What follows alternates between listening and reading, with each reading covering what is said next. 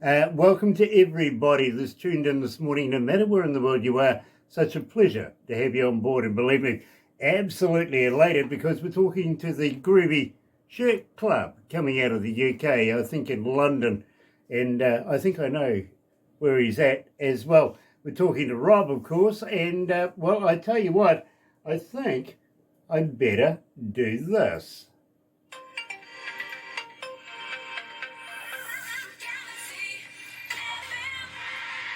That's right, you're right here at Galaxy 107 FM, and absolutely elated because really the GROOVY Shirt Club, I've been playing it for a minute now, absolutely loving what they're doing, and believe me, you guys in the noise are not shy about telling me what you like. Check this out. Walk in the park, you're right here at Galaxy. Good morning.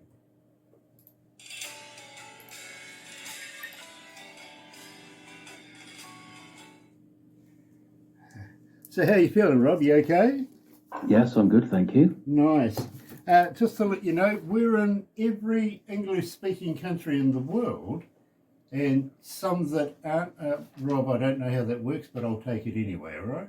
Yeah, fabulous. Actually, I was thinking about what radio interviews I've done before, and I'm pretty sure that this one is the first one I've done outside of the UK. Okay, well... Yeah. No. So certainly live. I know sometimes they put things online later on and it goes out, but this will be the first. Is extraterrestrial the right word? I'm not sure. Well, one of us is, and I think it's me, to be honest. So it was real. Thanks for having me on the show. Asked me to do it. It'd be great. Not a problem. Now, I gather that Barbara has found you herself. Now, this is extraordinary because Barbara gets about 200 submissions of music a day from different bands. Wow. So for her to have the time literally to go finding new artists as well is a phenomenal act. It really, really is. So, and let me tell you, Rob, we only play the best indie artists in the world.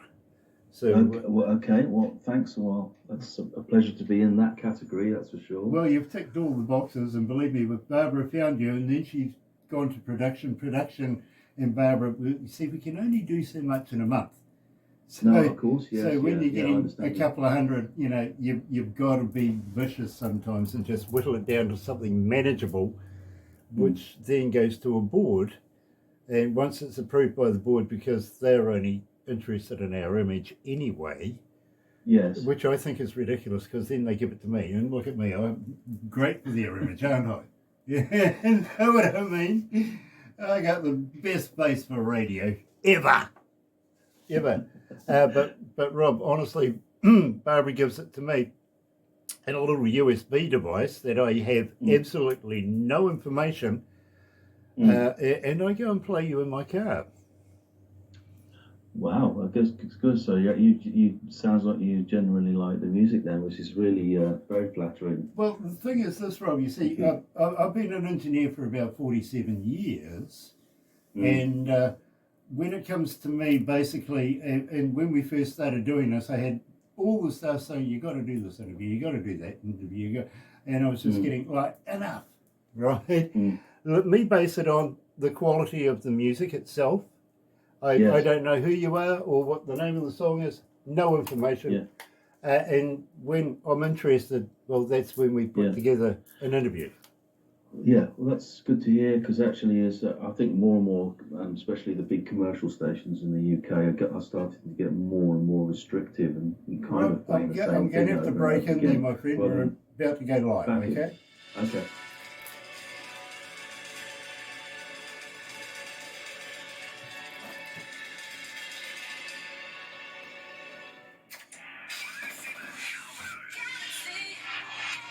That's right, you're right here at Galaxy 107 FM. Good morning, nice to have everybody on board. And this morning I'm talking to Rob from GROOVY Shirt Club coming out of London, England. Good morning, Rob, nice to have you with us.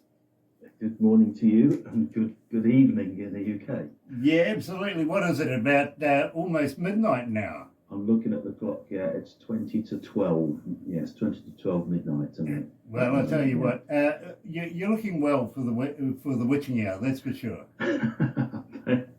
Thanks. I think it's because we had a nice barbecue this afternoon and had a couple of glasses of wine. That's probably why. Ah, that'll explain it that really well. Rob, Groovy Shirt Club. Now, Yeah. where did you come up with the name for this?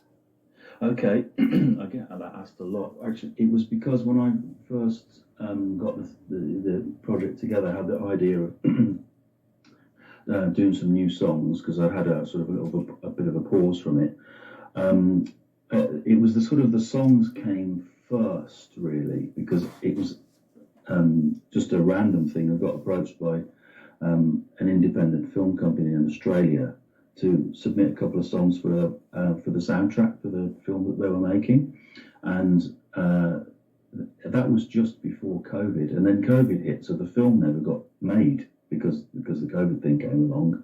But that sort of started me, writing again and coming up with more song ideas, which I've always done all my life anyway. And I thought, well, I'm just going to keep going because it was very quiet here. There was nothing else to do, so I just kept writing songs.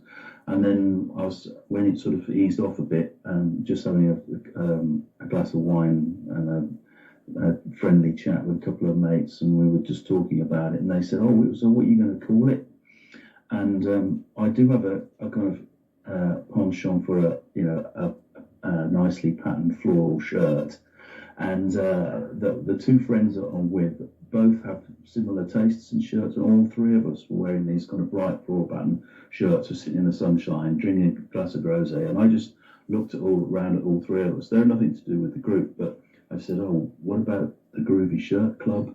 Because I was a few drinks in, and it was the first thing that came off the top of my head, and then it just stuck in my mind, and I parked it and thought, well, you've got to come up with a cool name, and in the end, I got so attached to it that I couldn't think of anything else better, and it kind of sort of reflects what we're about really as well musically, because influences, especially from the writing side, is very much sort of entrenched in that kind of classic vintage retro era, whatever you want to call it, 60s and 70s sounds with real instruments, and writing songs from scratch on a piano or guitar or something like that.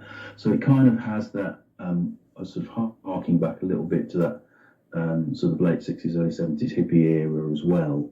And the songs are kind of little sort of groovy shirts in their own right, really, because they all have their own little personality and character. So the name stuck, and I thought, well, and the more people I told about it, they went, "Oh, that's a really fun name," and that's it.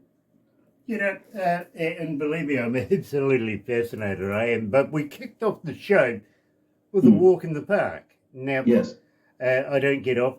Not often that somebody of your stature would say, "Hey, Grant, let's go for a walk in the park," and I'd be wondering what's up here. You know what I mean? Have you got a big hole dug somewhere over in the forest somewhere? So, tell me all about this track. Okay. Well, it's sort of. I was playing around. It started off with just a few little chord sequence, really, and it had a flavour of a kind of a 60s Burt Bacharach track, and I'm a big fan of Burt Bacharach's songs. From a songwriting perspective, he's written some incredible songs, and as it sort of evolved, it had this sort of summery, sort of easy breezy kind of feel to it, and I just developed the idea of coming up with something was not a sort of a deliberate pastiche on a Burt Bacharach song in particular. It was more of a little homage to his writing style and his sound, in particular with the 60s arrangements with the Rhodes piano and acoustic guitar and sort of light drums, a slight sort of jazzy swing feel to it. And then the more I developed that idea, I just sort of wanted to keep it very, very simple, not have a sort of overly thought out lyric to it. I just wanted it to be that simple thing. You know, his song, This Guy's in Love with You. It's a very, very simple message. And I just visualised this guy, which I suppose is an extension of myself, just going for a walk in the park, thinking about, you know, the woman that he loves on a nice sunny afternoon. And that's it lyrically. And then as started to put the arrangement together, I got very keen on the idea that he had to have a trumpet in there, because Herb Alpert did a lot of trumpet parts for Burt Bacharach songs back in the day. And in my head, I could hear it sort of rounding off the whole thing quite nicely. And so I got in touch with a guy I know who's an extremely good, very well-known trumpet session player in the UK, plays with Jules Holland's band, and he now plays with Gregory Porter regularly as well, as that sort of level, those sorts of people he plays with.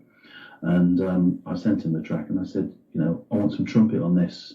What do you reckon? And he said, well, what do you want me to do? And I said, just give it the full Herb Alpert, which he did. And what you hear on the recording there, the trumpet part, he just sort of put it down in an afternoon, sent it back to me, and he goes, oh, do you like it? Do you want me to change it? Do you want me to do anything? I said, you know, you've smashed it. It just sounds exactly like something that you would hear Herb Alpert do on an old Burt Bacharach song. So it was kind of delving into that headspace and world, really, which I tend to do with all the songs. That I like them to be their own little stories and in their own little bubble, their own little universe, and they develop a sort of character of their own. I'm particularly keen on songs ideally not sounding the same. You know, so I've come up with another song, I want to do something else. So there will probably never be another song like that, because I've kind of done that and then moved on to something else. So that was the idea behind that one.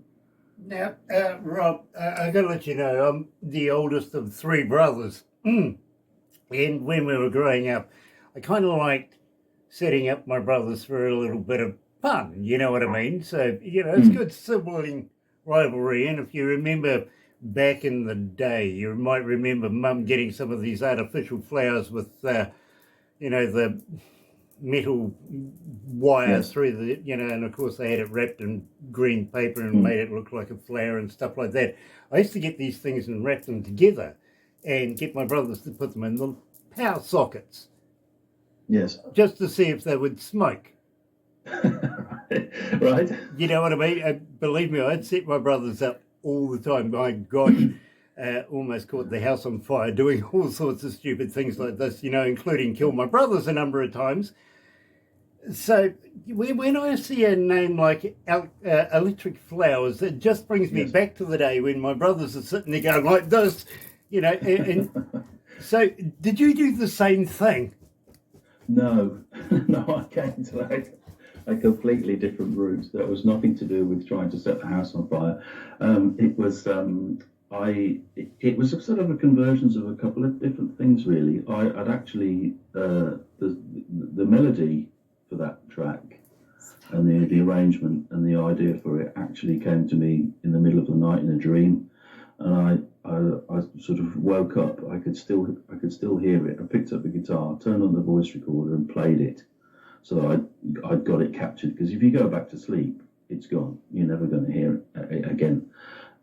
So I got it sort of, you know, on tape, to you know, talking in old money, and then went back to bed. And then I didn't really know what to do with the lyrics. They weren't really happening for me. And then a mate of mine says, "Oh, you should write a song with electric in the title, because it sounds cool." I don't even really know where he got that idea from. I think it was just sort of random, probably lager talking. But then around that same time, my daughter, who writes a lot of poetry, had entered a poem into a competition, and it won. And so I said, "Oh, send it to me. I'd love to read it." And each line, there's 26 lines in the poem, and each line starts with A and then goes consecutively through the alphabet. And E and F were electric flowers. And I thought, wow, that's a great name for a song title. So once the title was pinged into my head, then the words came, and it was like what I was visualizing was these sort of little, sort of literally electric flowers sort of lighting up down the side of the road, which lead you on life's journey, basically, which is a long, twisting road, and the chorus about dreaming was how things change over time, basically, and how you might think one part of your life, and in a later part of your life you reflect on things differently. So as you're walking down this road, which is lined by electric flowers, you carry your memories with you, and ahead of you it's sort of leading you on a positive journey to a positive outcome. So that's what that's about. You're right, here at Galaxy 107 FM, joined by Rob from GROOVY Shirt Club. Here's Electric Flowers.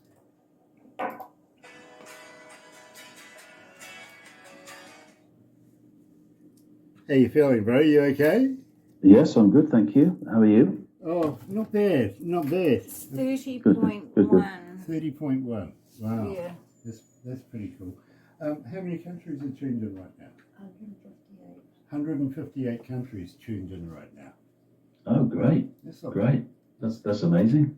Yeah, it's about right, to be very honest with you. I didn't know there were 158 countries. Yeah, there's about 170 something apparently. Oh, right. So nearly all of them. That can't be bad. It's a good ratio, let's put it that way. Yeah. How many cities? 6,214. 6,214 cities. Wow. That's not bad. That's impressive. That's not bad. Okay. I mean, Yes. Well, I'm trying to just focus on talking to you and forgetting about all that. Yeah, Is no, that- it's only the two of us, really. Tell him my friend in Zambia is listening. Oh, it's a friend in Zambia. My production manager says her friend in Zambia is listening. Oh, great. So it's Well, probably half the bill. this is the amazing thing about all this modern technology, isn't it? Literally the last sort of 5 years, the whole kind of Zoom call thing, the video conferencing has just exploded. Right, And, even for us to be able to have a live conversation literally on opposite sides of the planet like this is incredible, really.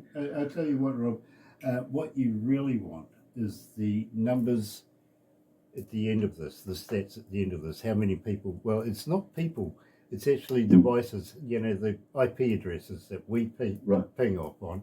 It could be one person, it could be 10 in a warehouse, I don't know, you know what I mean? Yes, yeah. That number is what you really want at the end of this, so Okay. I'll do that. By the way, I'd like to talk to you about promoting you a little bit more than what we can hear after this. Would you mind if we put you in touch with some friends of ours who have one of the best magazines in the world? No, of course, absolutely. All any promotion and help to push the profile is very grateful for.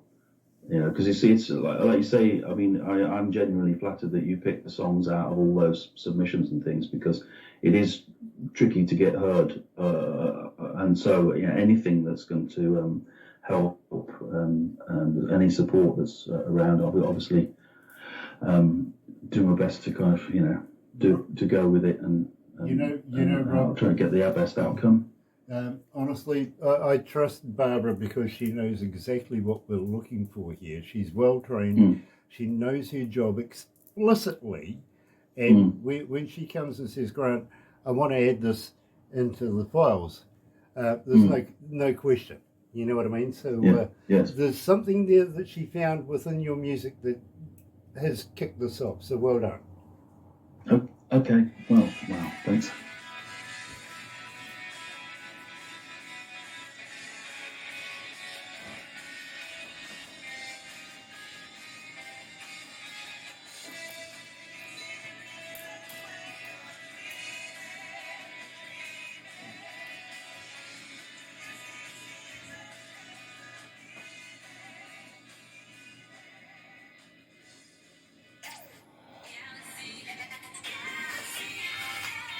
That's right. There's the first for a while. I haven't forgotten to turn the microphone on for a little while now, so clever me. Today we're talking to Rob from GROOVY Shirt Club, coming out of London town, good old London town. Rob, I used to stay in Piccadilly Circus, so... Okay, yeah, that's not too far away. Yeah, we're only about 4 stops out from central London. Yes, so often get there. Yeah, believe me.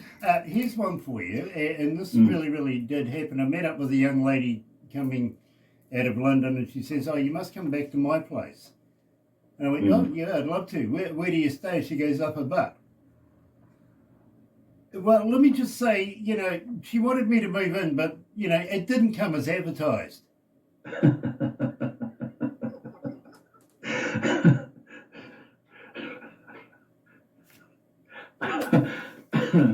Yeah, truly did happen. It really did.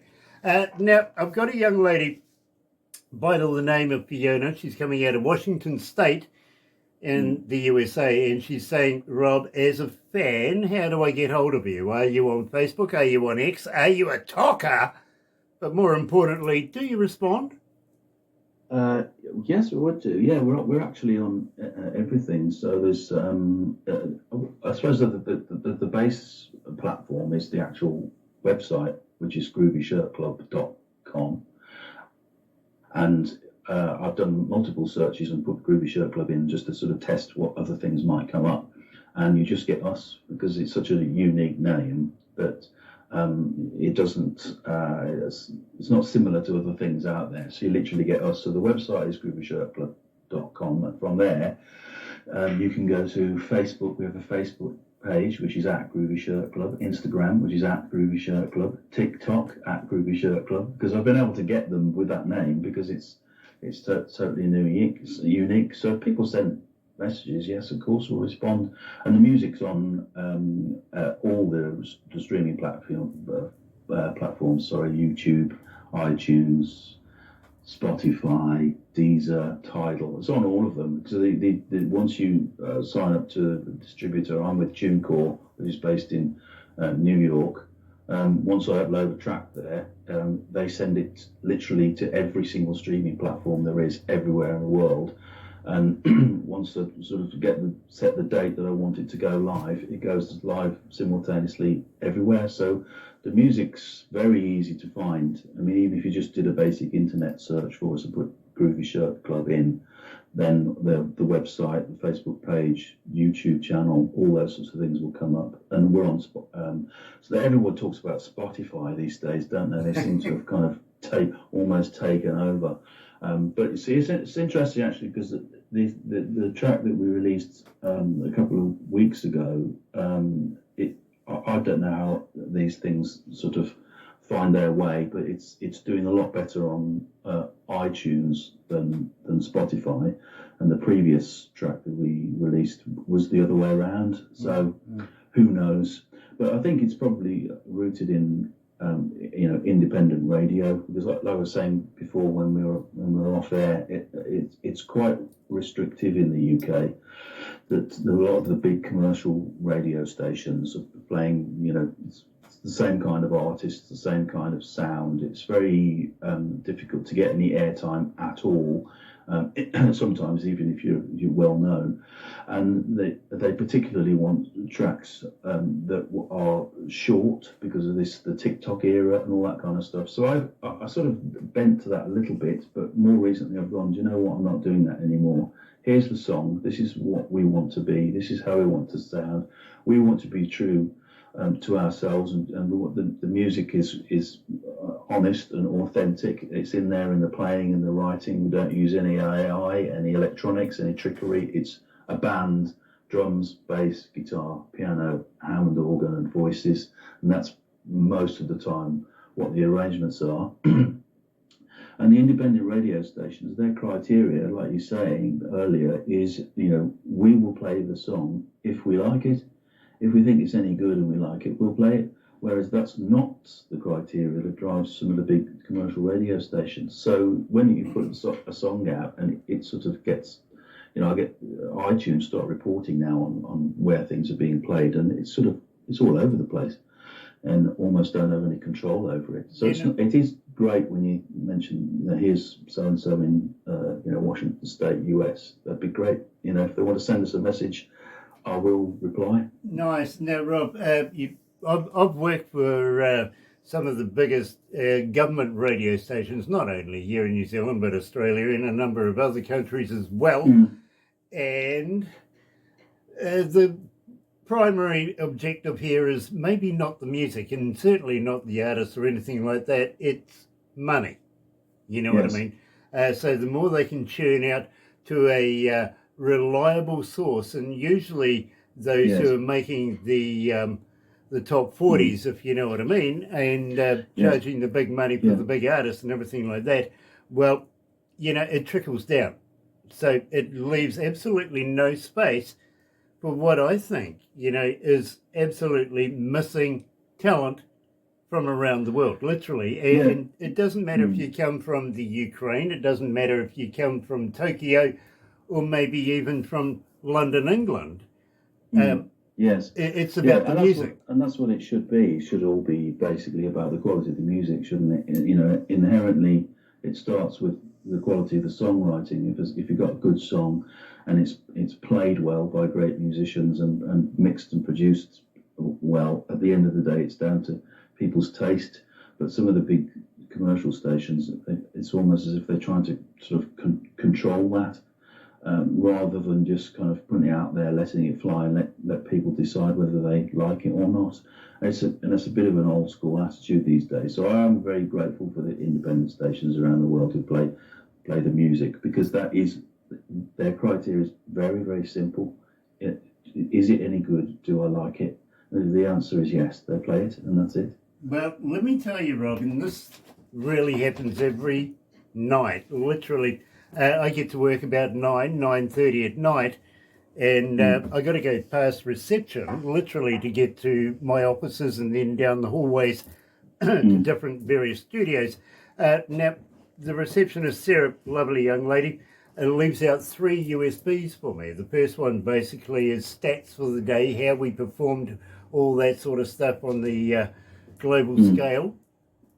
Second one is basically named office. So basically, I know that I've got to pay wages, I've got to get in touch with certain emails, fulfill, office duties, stuff like that. Yes. And the next one is named noise. Now, the reason the reason why we name it the noise is we don't call our people our fans, and we don't have an army or anything like that. We have a noise. And I tell you why we have a noise is they're not shy on asking for a particular artist and a particular track. Very, very unshy about it. And believe me, we know all about it. We do. So, and I take that one to production about maybe 1 o'clock, 1:30 in the morning. They put it into the systems, run it all through the biosphere, the algorithms, everything like that, which then creates our breakfast show. And no two breakfast shows are ever alike. Ever. Right. Well, that's great. That's great. But that's all based on what the fans have asked. You know what I mean? None of our own input, none of our, this is my fave and I want to hear it, or any of that stuff. It is 100% from the noise and what they asked for. And believe me, I see your name in there almost every morning. I really great. do. That's amazing. That's fantastic. So, it should be. I'm very flattered, but that's how it should be. Really, I think there is a disconnect sometimes between what the sort of big media says should be popular, and actually what can actually become popular given the right exposure. Because ultimately, it is about what people want to listen to. And there's so much music out there, and there's so much variety. And now with all these streaming platforms and YouTube, anybody can listen to anything they want, anytime, from any era, ever. So what should surface really is what is good and what stands the test of time and what is worth listening to, and not necessarily what a big record label wants to push. The thing about all of this literally is it's data, if you know what I mean, literally all the way through this, right from the start. When I pick up that USB, it's been data through my receptionist right down to when we get it on the screen here in the morning, or on the screens here in the mornings. Our job's done, literally. It's all been from automatic, if you know what I mean. There's no bias about it in any way, shape or form. I don't think the computer knows what bias is, if you know. But that's great, because actually some of the feedback, I'm not going to mention names, just but you could probably guess who I'm talking about. But so the guys who were doing some radio plug-in for me were saying that the bigger popular radio stations, when they're taking in a track or a new song or something representing an artist to get some airtime, that they're not even listening to the song anymore. Their first question they ask is, what are their streaming numbers? And not streaming numbers across the board in general, but specifically Spotify.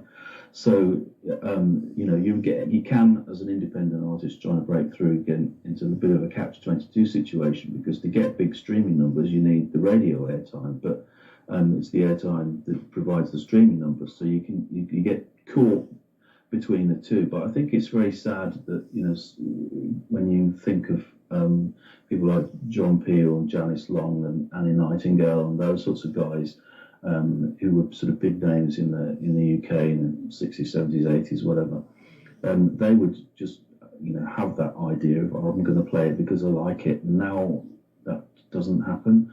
I think it's very sad that producers sit around in meetings and deciding what to play, and they're probably looking at their phones and go, well, let's play them because they've got 1 million streams. And and that isn't what music should be about, I don't think. I mean, and that's why I don't surrender to that. And I have had a discussion, again, I'm not going to say who it is, but we were bouncing backwards and forwards and going, oh, can you do a remix? Can you make it shorter? Can you cut this bit out? Can you make it like this? Can you make it like that? And then in the end, they didn't play it anyway. And then the full-length version of the track, which was 4 minutes and 20 seconds, which the track I'm talking about is Ultraviolet, which I know you guys have played a lot over the last 12 months. In fact, it's up next. So I'm going to ask you, tell me all about this track as well, while you're finishing the story. Okay, well, just to round off, it was, that song in the end got a lot of airplay over the last 12 months, and again from independent radio stations who didn't care that it was, over 4 minutes.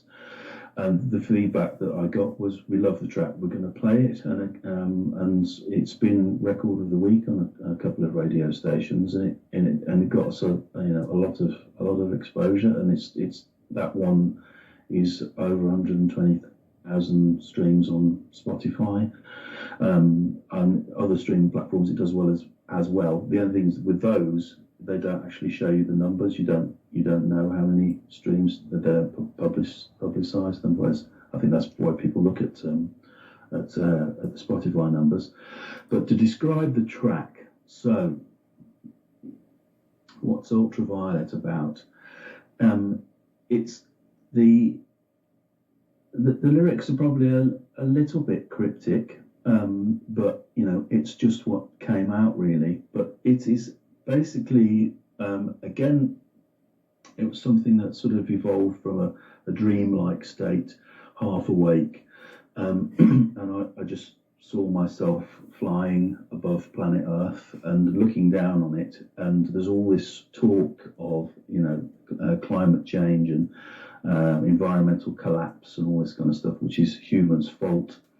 But I still see a very positive outcome, because fundamentally humans everywhere are nice people who want to live in a nice environment, and I think that sort of positive spirit is what's going to see us all through in the end. So it's a kind of the chorus is sort of looking on this slightly darker side of where the planet might be going, with the blue sun turning and green sky burning. It was to sort of visualize a sort of oppositeness of what is the reality, but actually in the verses what it talks about is that we are all, harmonious, and we effectively just want to enjoy life and laugh, and that human spirit was bubbling up from the planet as I was flying above it, and not this idea that it's going to be destroyed by us. Absolutely love it, I really do. You're here at Galaxy, joined by Rob from GROOVY Shirt Club. Here it is, Ultraviolet. By the way, Rob, 2077 apparently in climbing, so that's how many requests you've had for it so far since we've been playing it. Okay, wow. That's amazing, thanks. Here's Ultraviolet.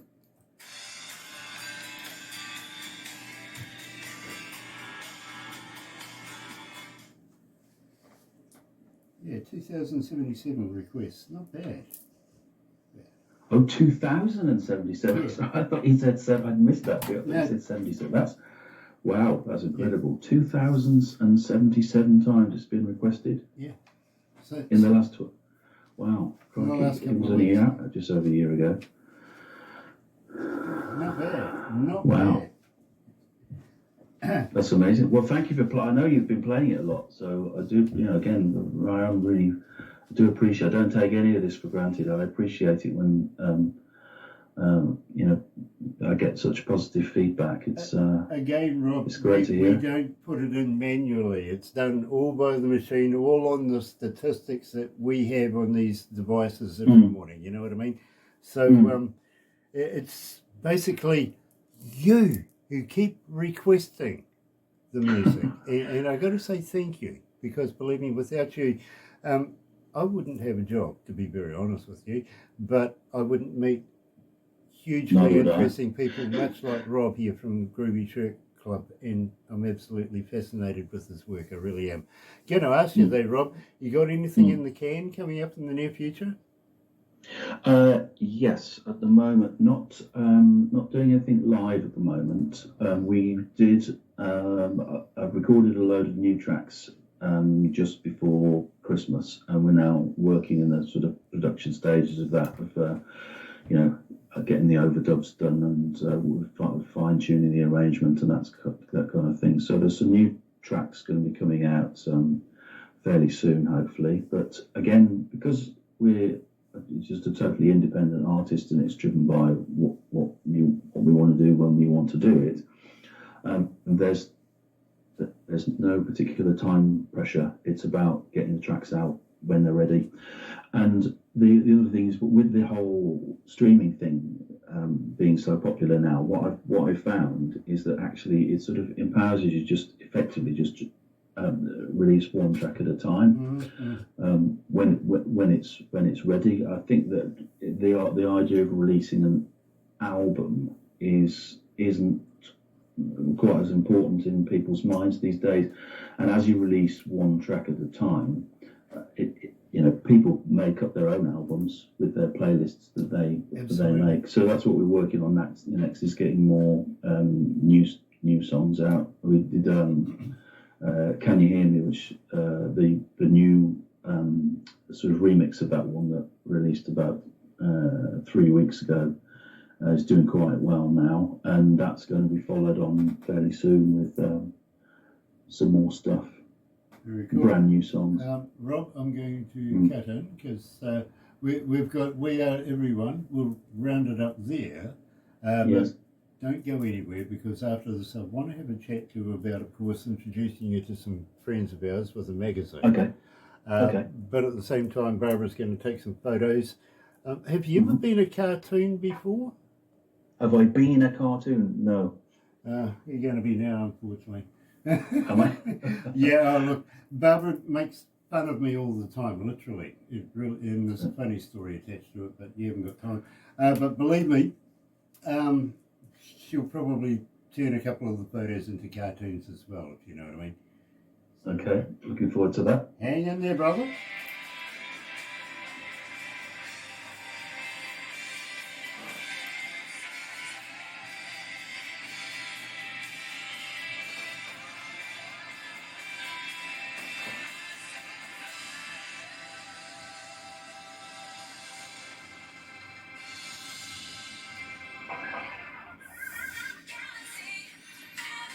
That's right, you're right here at Galaxy 107 FM, and today we're talking to Rob on the Groovy Shirt Club. And you know something, I like the idea of a really bright kind of shirt as well. I think we're men of the same kind of flavour, to be very honest with you. You would definitely look good in one, that's for sure. Yeah, absolutely, I agree with you. I think I would too. Especially, I used to like the old English shirts way back in the day, if you know what I mean, the old piratey thing with the frills and everything like that. Oh yeah. And the long jackets, all that. You know, they had style back in those days, and they knew how to make clothes too, by the way. Not like what you get out of, I'm not even going to say it these days. Really aren't. Rob, tell me about We Are Everyone. Right, We Are Everyone is literally as it sounds. It was a sort of something that came to me as I don't know if the risk of sounding a bit pompous, but there's this message really that with everything that's going on in the world, all this sort of disparate things and the conflicts sort of bubbling up all over the place, it was about sort of trying to say something that, you know, with these wars and conflicts, we're not killing other people, we're killing ourselves. That it's about time in the 21st century that we as a race started behaving like we are one people, all of us, especially as the world's getting smaller like we are now. Literally, if you put an orange and put a cocktail stick through it, so it puts poking out both ends, we are the opposite end of the planet, aren't we?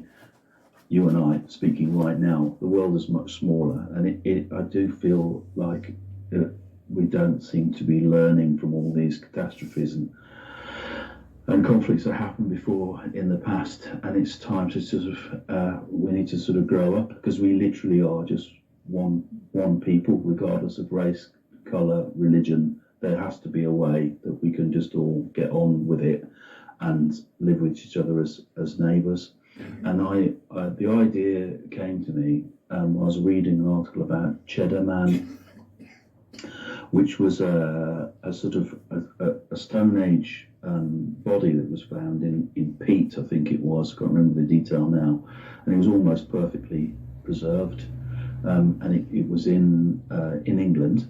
But this person had slightly darker skin, but blue eyes.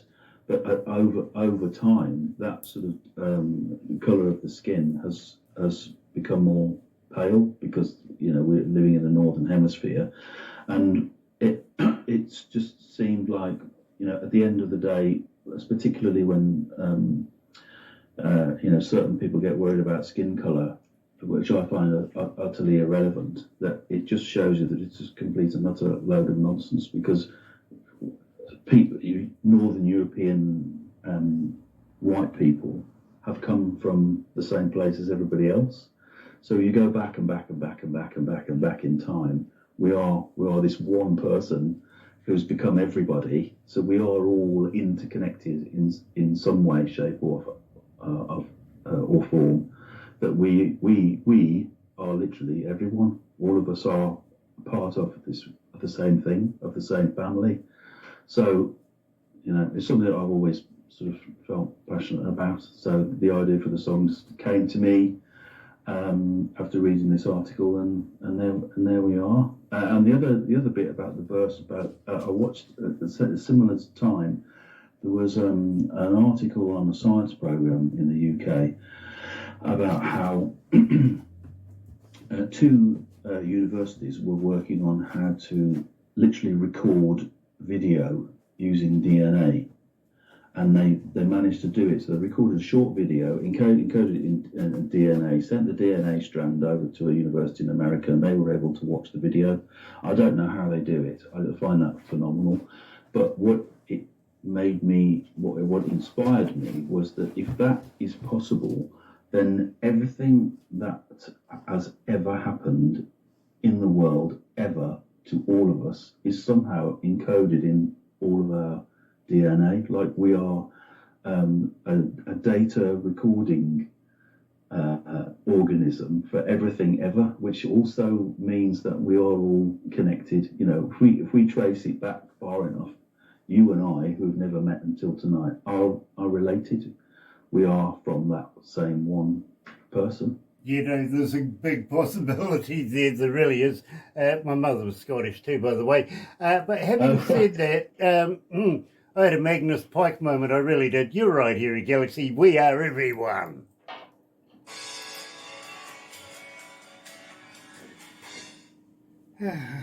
Right, I think the only way that the world will ever unite is for something to threaten the world that's not of this planet. Yes, I think you're probably right there. You know, I think it needs a sort of external existential threat. Yeah, perhaps. Yes. But even Ronald Reagan once very famously in the UK says, you know, how quickly we would forget our differences if this happened. But what if it was man-made pretending to be off-world? Well, yes. Well, that's getting deep into the whole conspiracy theory thing, isn't it? Who knows? But you know, I think there's with all this bad stuff that's going on. You know, you think in Ukraine and Israel and Syria, particularly, that's on the news a lot, and the chaos that seems to be swirling around in the US with Donald Trump's changing his mind every 10 minutes about how he wants to do things. I think that it feels like sensible people are sort of galvanising it and wanting it to stop. Think about Donald Trump, Rob, and the absolute honesty here is that what the hell is that thing on his head? Yeah. Who knows? And what the hell? Did they give it its own room at the White House? And what the hell do they feed it at night? I mean, that's ugly. Have you seen it in the wind? Yes, I have. I have. Yeah. So what's even crazy is what's going on inside his head. I don't know. I just find it awful because I think it is like an episode of The Simpsons coming to react to life, isn't it? If you watched a movie about a character like that 20 years ago, before you started sort of gaining notoriety, you just wouldn't believe it. Exactly, you're quite right. But the thing again is that I think that thing is boring its fangs into his head and giving him electric messages or something from some place other than this world. Really, that guy's weird. Sorry to say, Don, you're weird. Don't like you. And I can say the same thing about our Prime Minister. And I can honestly say I would never hurt or never harm a hair on our Prime Minister's head. He's bald. Oh, right. Okay. Yeah. He's got the... I didn't know that. The very shiny bowling ball look. Right. You know what I mean? So, he's just been in the UK. Yeah, he's just been in the UK. He has. Has he? Yeah. A lot of people don't. I think there's a lot of chaos going. We need some, somebody's got to step up and kind of show some strong leadership. And actually, a guy I've got a lot of respect for is Zelensky, because one of the comments he made in that sort of argument he had with Donald Trump, he says, I'm not playing cards. I'm the president in a country that's at war. In amongst all that sort of nonsense that was going on, and he's amazing. Just the statesmanship and the intelligence. I'm going to have to cut in here, unfortunately, but fully agree with you.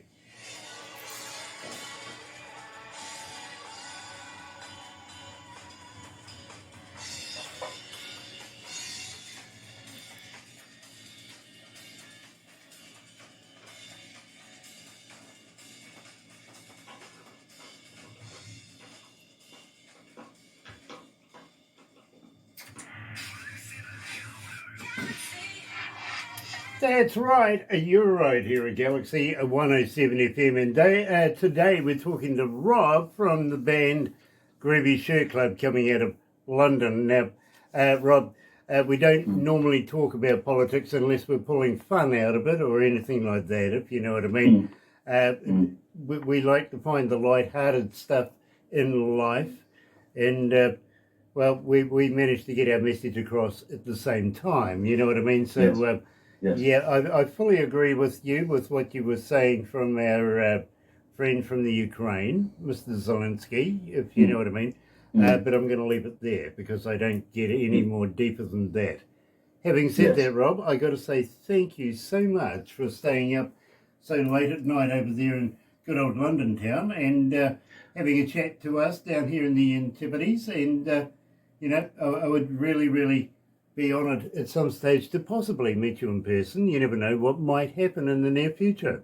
Well, that would be great. You know, it's been a pleasure talking to you, and thanks for having me on the show. I have been to New Zealand once in my life so far. I loved every minute of it. Great country, very, very hospitable, friendly people. I felt right at home, and would love to come back. Maybe even, you know, if things go well, we do some shows over there. You never know what the future holds, my friend. You really, really don't. Which part of New Zealand did you go to? Well, we started off in Auckland and spent about a week or so there, and then went down to Queenstown on the South Island, and then went out into Otago, into wine country. Right. It was part of a longer trip because it's such a long way to go that we did Australia and New Zealand on that one trip. So Australia first, then to New Zealand, and then came back. Yeah, no, I honestly loved it. I don't blame you leaving Australia. I really, really don't. I know there's some. Is it friendly rivalry or bitter rivalry? I'm not sure, but I enjoyed both countries a lot. But I definitely would want to come back. That's for sure. We'll just call it rivalry. What do you reckon? You know, whether you want to call it friendly or not, it can be quite passionate. Simply, it's all about rugby. Yes. Yeah. I mean, or is it? Because basically it's New Zealand and everyone else, isn't it, when it comes to rugby? Well, it's the All Blacks, and then, you know, the Australians, the Wallabies, I think they think they're pretty good, but, you know, they haven't had any silverware in the last 37 years, so... No, rugby's never been quite my thing. I sort of dip into it occasionally when there's a big competition on, but I've always been more interested in football. Yep, of course. Yep, absolutely. Who's your team, by the way? Sorry? Who is your team? My team? Who's my team? It ended up being West Bromwich Albion. Okay. I was actually... because my granddad used to play for Aston Villa before the war. And of course, the war stopped all football matches, and because he was he played for Villa and he was a Villa fan. I sort of grew up a little bit between my dad and my granddad about which one I was going to end up supporting. And of course, when I was younger, it was both. And then you go through school and you go, yeah, no, you can't support two teams. You've got to pick one. And of course, my dad was taking me to West Brom games, and so I ended up being a West Brom supporter. Yeah. So, and I don't think they've won anything since 1968. I got a friend of mine that follows Leicestershire. That they have a team there. Me personally, I'm a Man U kind of guy. Okay. You know. Yes. Yeah. Well, they're not doing so great all that recently, are they? Well, it's been a hell of a long time since Beckham bended anything. No.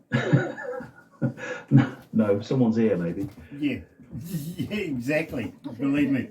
But having said that, my friend, we are going to have to wrap this up right now. So I've got to say thank you so much for joining us. It's been an absolute pleasure. We'd love for you to come back again. So maybe in the near future you'll send us some more music and we'll put a convo back together again because I'd love to catch up. But please don't go anywhere just yet because we do have a little thing that I want to have a chat to you about.